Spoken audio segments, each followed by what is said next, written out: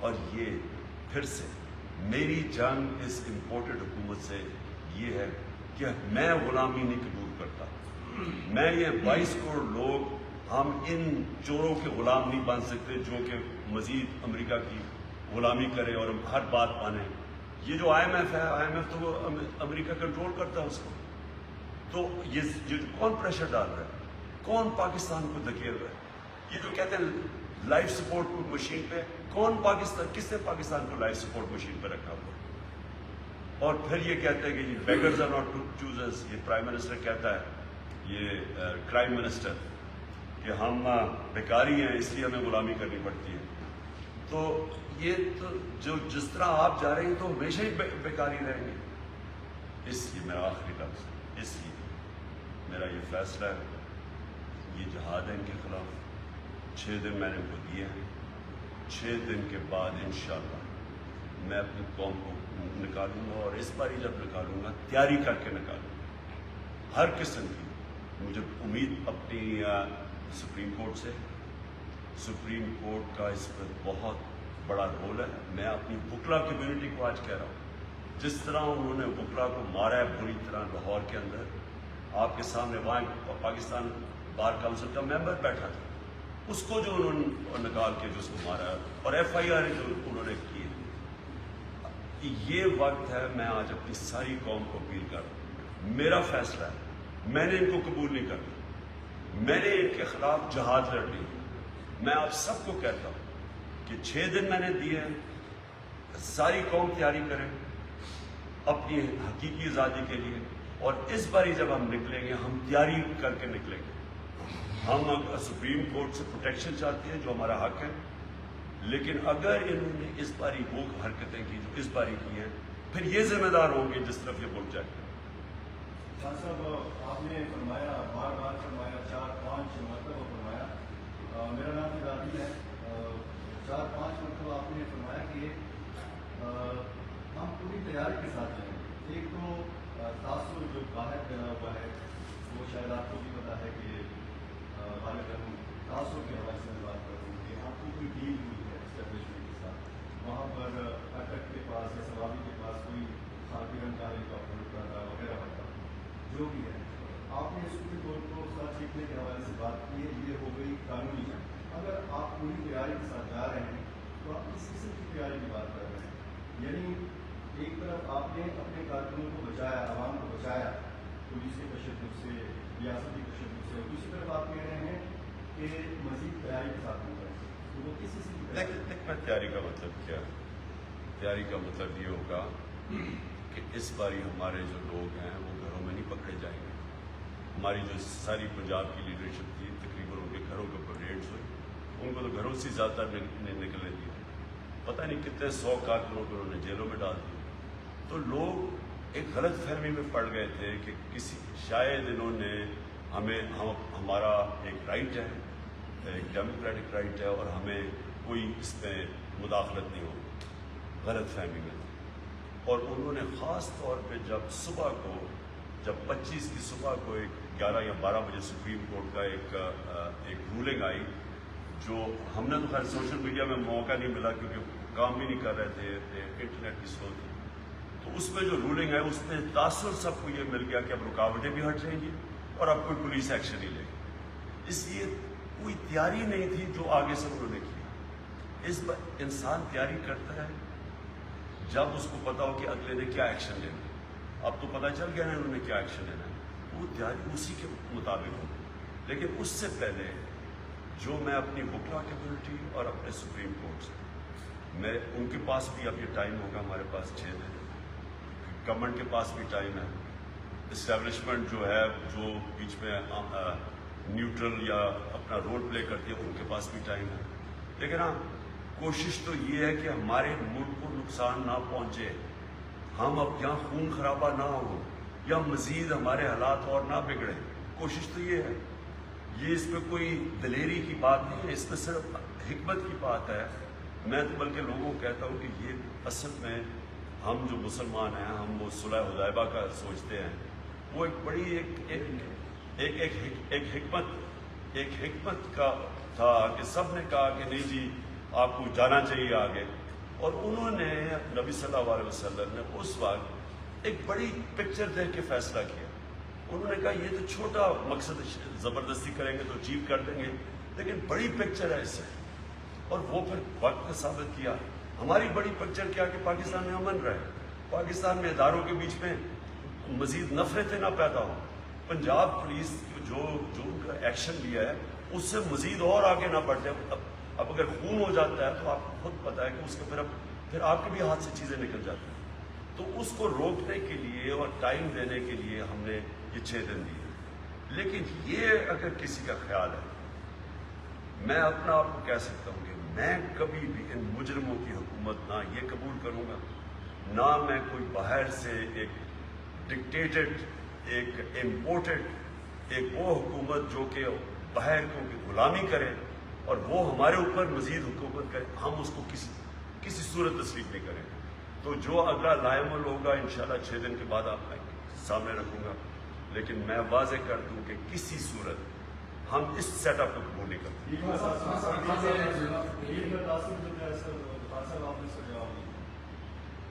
بولے ڈیل کا تاثر جو ایک پھیلا ہوا ہے، جی آپ واپس آئے، وہ ڈیل کا جو ایک تاثر ہے اس حوالے سے. میں آپ کو پھر سے کہوں کہ ہم نے سارا وقت اپنے مذاکرات کھولے رکھے، اور کھولے بھی رہنے چاہیے، کیونکہ ہم چاہتے کیا، ہم کو یہ لڑائی تو نہیں کرنے ہیں نا. ہم تو بیسک آبجیکٹو کیا ہے، آبجیکٹو ہے الیکشن، آبجیکٹوز ہے الیکشن، اور جون میں الیکشن، ریزولوشن ہے اسمبلی، الیکشن.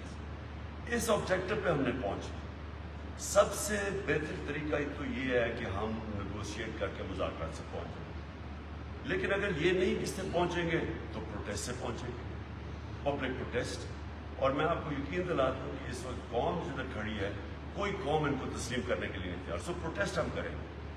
اب ہم چاہتے ہیں کہ ہمیں پھر اگر یہ نہیں مانتے تو پرامن پروٹیسٹ کرنے کا دیں. اگر یہ پرامن پروٹیسٹ بھی نہیں کرنے دیں گے، یعنی اگر یہ سارے سمجھتے ہیں کہ ہم بھیڑ بکریوں کی طرح یہ ظلم سہ لیں گے، یہ نہیں ہونے لگا.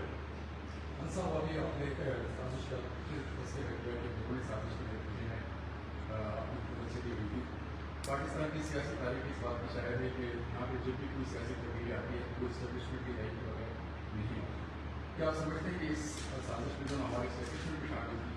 اور دوسرا میرا آپ سے کوشچن یہ ہے کہ آپ الزام یہ لگ رہے ہیں کہ یہاں پہ بیٹھ کے آپ صبح حکومت کے وسائل استعمال کر رہے ہیں، ہیلی کاپٹر کو استعمال کر رہے ہیں، باقی تمام وسائل استعمال کر رہے ہیں. ایک جانب میں آپ ریاست کی وزیر کا تذکرہ کرتے ہیں، دوسری جانب میں آپ الزامات دیکھ رہے ہیں کہ انہوں نے ایک تک اپنی ذات کے لیے استعمال نہیں کیا. جو آپ نے الزام لگ رہے ہیں ریاست کی وسائل استعمال کرنے کا، اس کے جواب دینا تھا. اور دوسری بات انہوں نے یہ کی تھی کہ محمود خان نے بنا، چونکہ انہوں نے بھی چڑھائی کی تھی اور اس کے انہوں نے حصہ لیا تھا، اور سبب نے کہا تھا کہ ہم ان کے خلاف کارروائی کریں گے. تو اس کے بارے میں آپ کے پاس سر پہلا آپ نے دیکھیے سازش میں کون ملوث تھا وہ ساری قوم جانتی ہے. جو ہوا چیزیں اس کے اوپر میں آگے بات نہیں کرتا. سب کو پتا ہے کس کس کا کیا ہو، عوام سب کا. آپ کا دوسرا یہ ہے کہ یہاں کا جو مسائل ہیں